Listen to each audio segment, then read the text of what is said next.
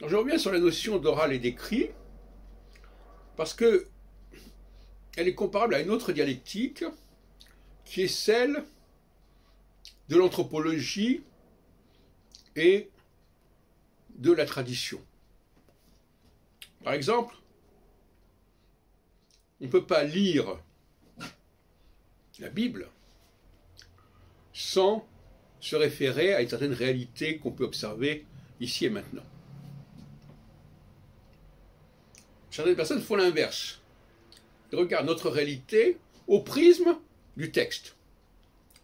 Or, justement, j'ai parlé l'autre jour, je crois que c'était hier, du fait que c'est l'oralité qui permet, qui est la référence.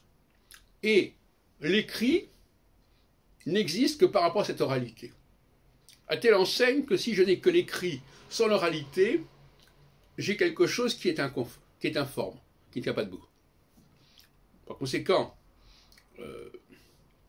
la langue française ne peut être appréhendée qu'à travers l'oralité.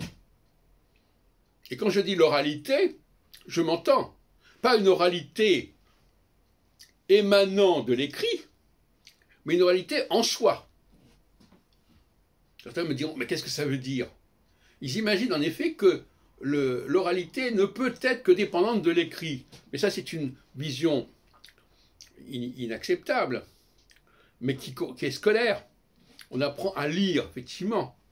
Donc de l'écrit, on peut passer à l'oralité, mais de l'oralité, on passe à l'écrit. Et en fin de compte, le problème, c'est que l'oralité qui est constituée à partir de l'écrit est une fausse oralité.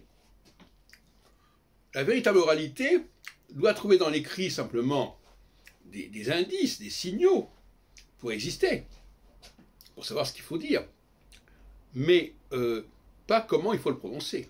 La prononciation de la langue est de l'ordre de l'oralité. Le contenu de ce qu'on doit dire peut être écrit, bien sûr.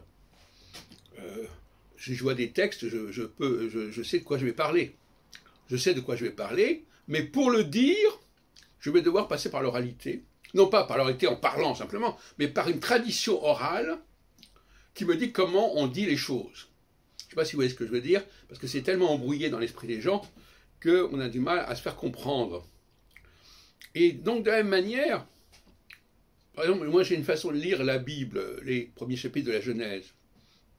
Eh bien, c'est par le biais de la sociologie, de l'anthropologie, de l'ethnologie, que l'on peut comprendre ces chapitres de la Genèse, qui autrement sont incompréhensibles.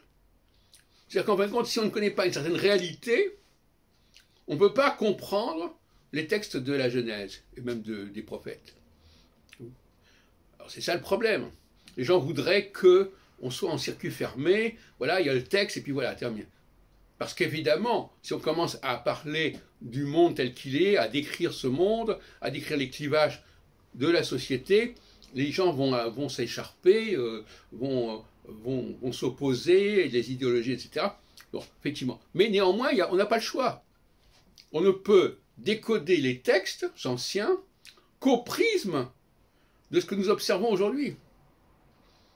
Je donne un exemple idiot, mais c'est en lisant description de la vie des Juifs de l'Europe centrale ou orientale, et le monde chassidique, par exemple, le monde des tzadikim, que je suis arrivé récemment à comprendre les premiers chapitres de la Genèse. Parce que là, on nous parle d'un trio. On nous dit qu'il y a le maître, il y a son disciple et il y a sa femme.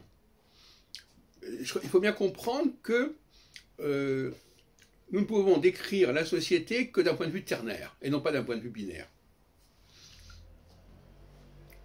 Et par conséquent, il y a deux hommes, il y a l'homme qui devient le tzaddik, le maître, et l'homme qui épouse la femme. Et ce sont deux catégories complètement différentes, qui se ressemblent évidemment, mais qui ont un destin tout à fait différent.